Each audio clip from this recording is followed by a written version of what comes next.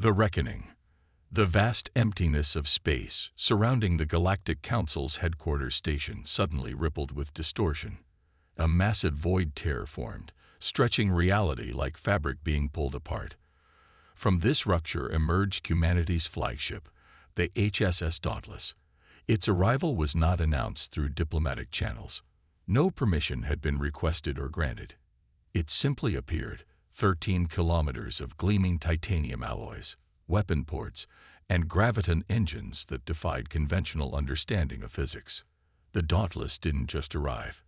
It announced itself with purposeful menace, positioning itself directly before the Council station, blocking the standard approach lanes for diplomatic vessels. Its hull absorbed light rather than reflected it, a darkness against the star-filled backdrop that seemed to bend the very fabric of space around it. Within minutes, all traffic around the Council station halted. Military vessels from a dozen species scrambled to defensive positions, though none dared approach the human warship. Not a single shot had been fired, yet the balance of power in the galaxy had already shifted. Inside the Council chambers, pandemonium erupted. Representatives from 37 spacefaring civilizations shouted over one another, demanding information, explanations, and immediate military response. High Counselor Thrix, the arthropodal representative of the Kasari hierarchy, slammed her chitinous limbs against the podium, demanding order. "How is this possible?" asked Volnoth, the serpentine diplomat from the Saurian Combine. "The humans were barely able to achieve interstellar travel 2 centuries ago. Their ships are primitive constructions, efficient for trade, but nothing more." That had been the galaxy's understanding of humanity for over 200 years. When Earth first developed FTL capabilities and ventured beyond their solar system, they were welcomed as most newcomers were, with polite disinterest.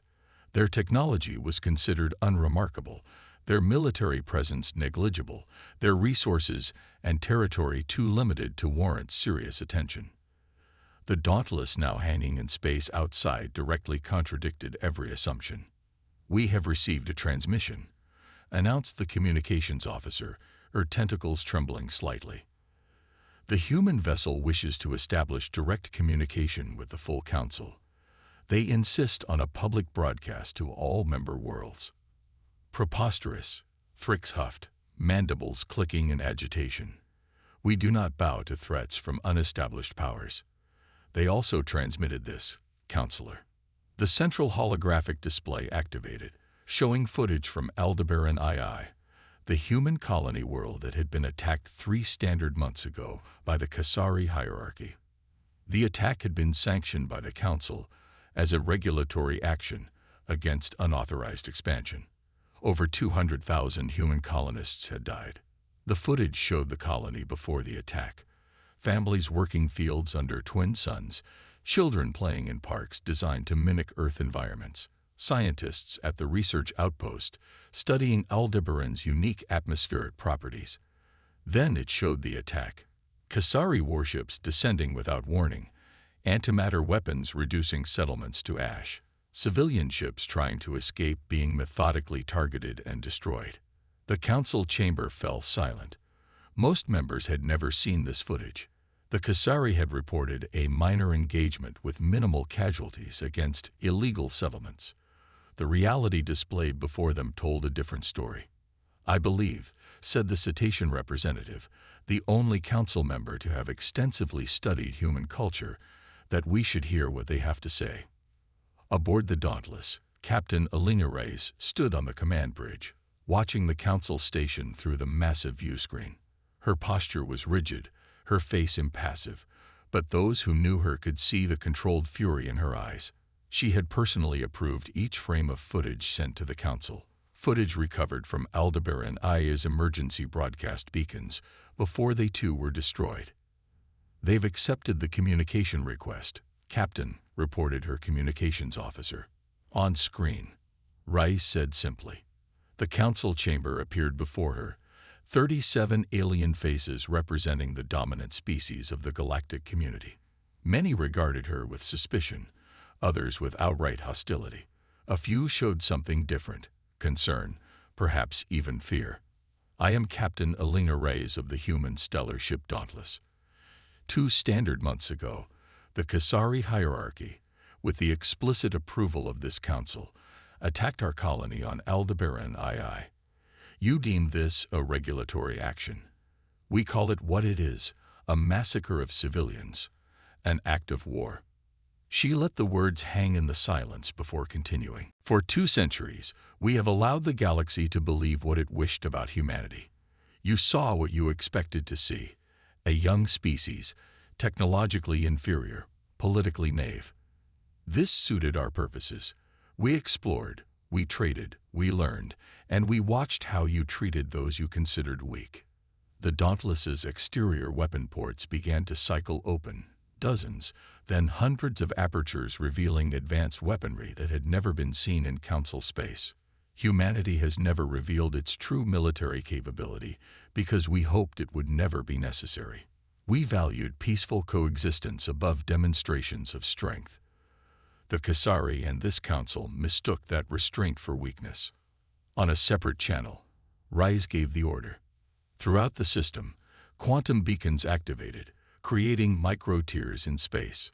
From each emerged a human vessel, destroyers, cruisers, and specialized assault craft. Within minutes, 87 human warships had materialized throughout the Council system, effectively surrounding it. The Council representatives watched in horror as their tactical displays updated, showing the impossible had become reality. Humanity had not sent one ship, they had sent a fleet, and not just any fleet, one that had bypassed every early warning system, every sensor network, appearing precisely where they intended without detection. The Dauntless, Rise continued, represents humanity's resolve. We did not develop this technology for conquest. We developed it because we understood the harsh truth of the universe, that peaceful intentions must be backed by the capacity for overwhelming force. This is an act of war against the entire council. Frick stammered, mandibles clicking furiously. No, Rise corrected. This is a response to an act of war already committed. But unlike you, we target those responsible, not civilians. With perfect timing, 3 Kasari military stations around the system simultaneously exploded, not from conventional weapons, but from what appeared to be localized spatial distortions that crushed the structures from within. Those stations were evacuated before destruction, Rise noted. We removed all personnel using targeted quantum extraction. They are being held aboard our vessels. Unlike the Kasari, we do not massacre innocents. The council chamber erupted into chaos again. Representatives demanded to know how such precision strikes were possible, how human technology had advanced so rapidly in secret, how their defenses had been so thoroughly compromised. High Counselor Thrix struggled to maintain order. What are your demands, Captain Reyes? She finally asked, her earlier arrogance replaced by diplomatic caution. Justice, Reyes replied simply. The Kasari leadership who ordered the attack on Aldebaran III will surrender to human custody. The Council will formally acknowledge the crime committed and make reparations to the families of those murdered, and humanity will be granted a permanent seat on the Council, not as supplicants, but as equals. And if we refuse? Asked the Saurian representative. The view screen split to show a new image, a quantum displacement field forming around the Kasari homeworld. It wasn't an attack, merely a demonstration of capability.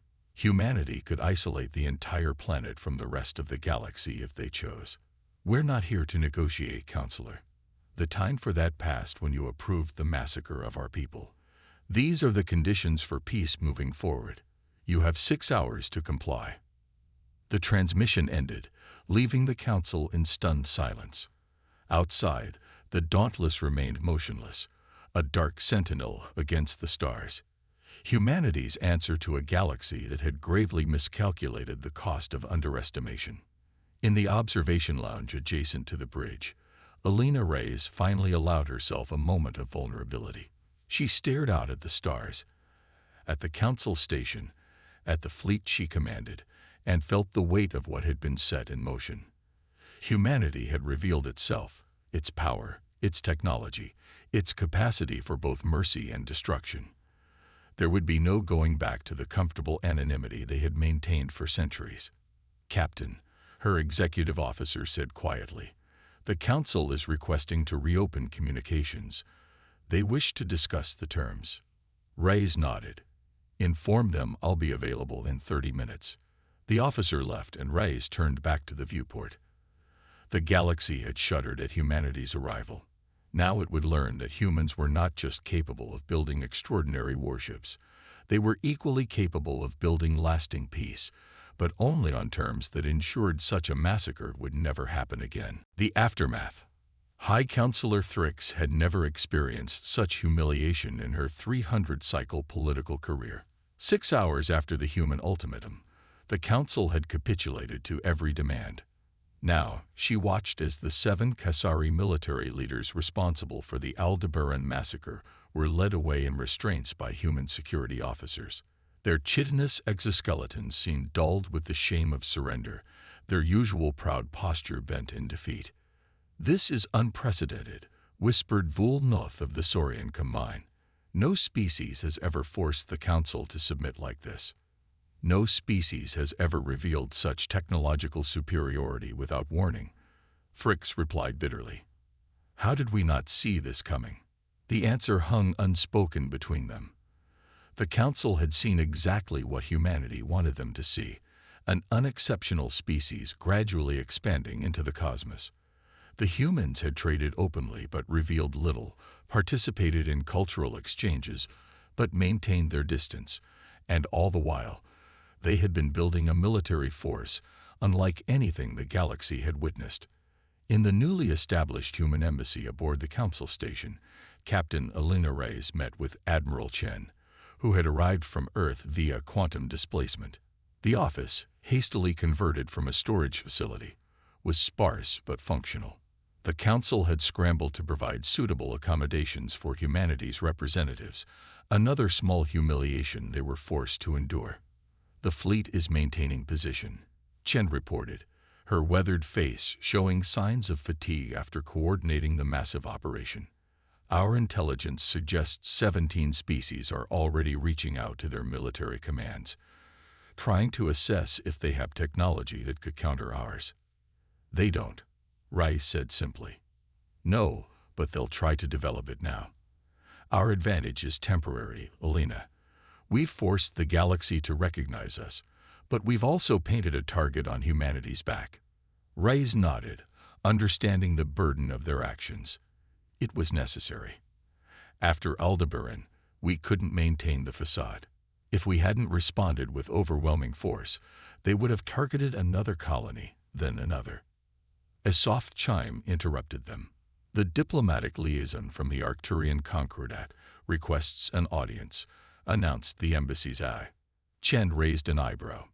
"The Arcturians have been notoriously neutral for millennia. What could they want?" "Let's find out," Rice replied. The door slid open to reveal Zara 10, the Arcturian diplomat. Humanoid in appearance, but with opalescent skin that shifted colors with emotional states, Zara was known throughout the galaxy as a master negotiator and one of the few Council associates who had consistently advocated for increased engagement with Earth. "Captain Rice, Admiral Chen." She greeted them, her skin rippling with patterns of blue and gold. "Respect and caution. I come unofficially, but with urgent purpose." "Please, is it?" Rice offered.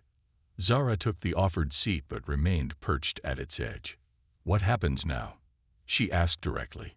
"Humanity has demonstrated power that reshapes the balance of the galaxy. The Council has yielded to your demands, but fear is spreading through every system, every world. Many believe this is merely the prelude to human domination." Admiral Chen's expression hardened. If the galaxy fears conquest, perhaps they should examine their own histories before projecting their methods onto us. "A fair observation," Zara conceded, her skin briefly flashing crimson. "Most dominant species have indeed used their advantages to subjugate others. But this creates an opportunity. Humanity could establish a new paradigm." "That was always our intention," Rice said. We didn't develop our technology for conquest. We developed it because we knew what happened to species who couldn't defend themselves. Zara leaned forward, her skin shifting to a deep purple of intense focus. Then demonstrate this. The council chamber is in disarray. 17 factions are already forming, discussing military alliances against the potential human threat. You've shown them the stick. Now they need to see something else. The implications were clear. Humanity had achieved tactical superiority, but strategic victory required more than force. Meanwhile, in the Council's secure strategic chamber, representatives from the galaxy's major military powers gathered in an emergency session. Tactical displays showed the human fleet positions, their vessels maintaining a defensive posture but clearly capable of striking any target in the system. Their technology violates at least 6 principles of unified field theory, stated the Exaridian physicist, her crystalline structure glittering with agitation.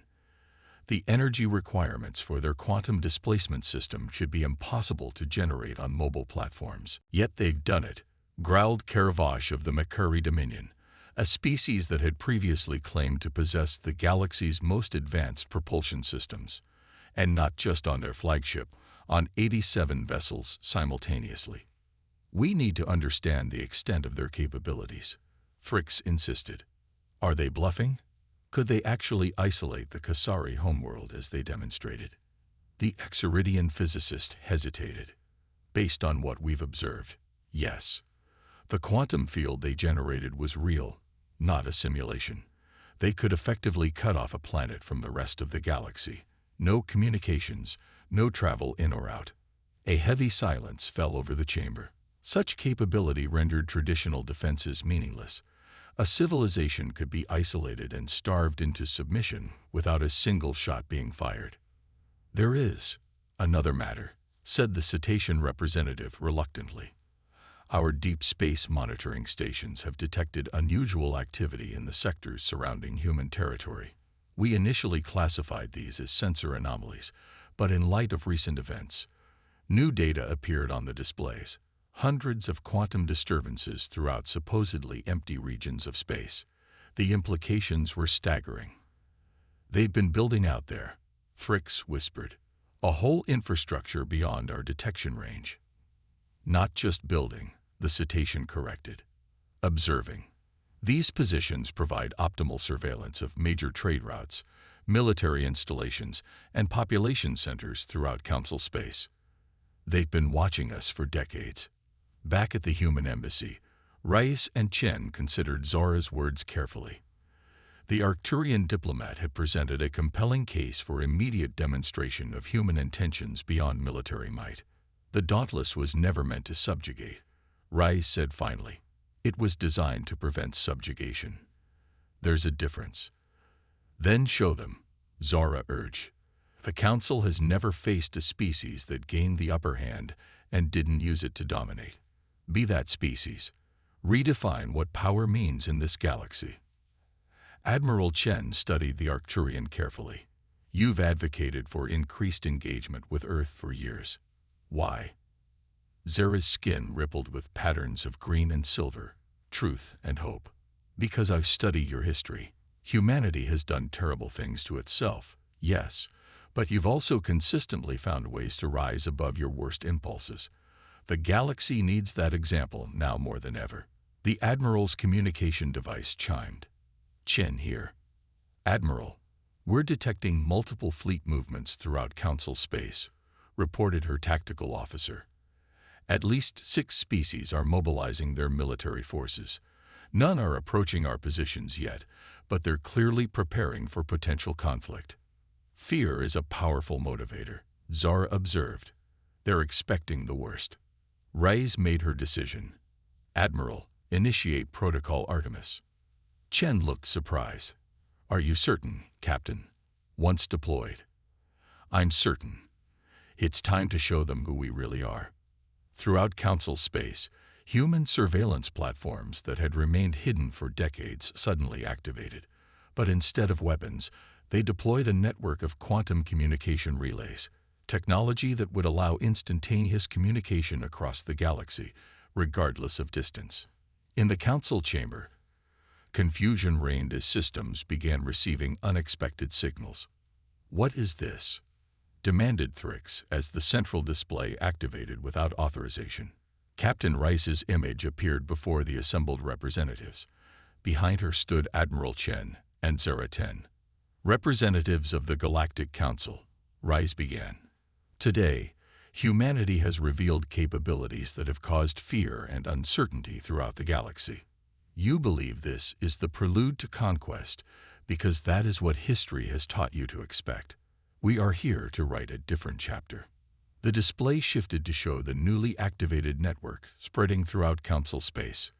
"What you're seeing is a quantum communication network that humanity has built over the past 5 decades.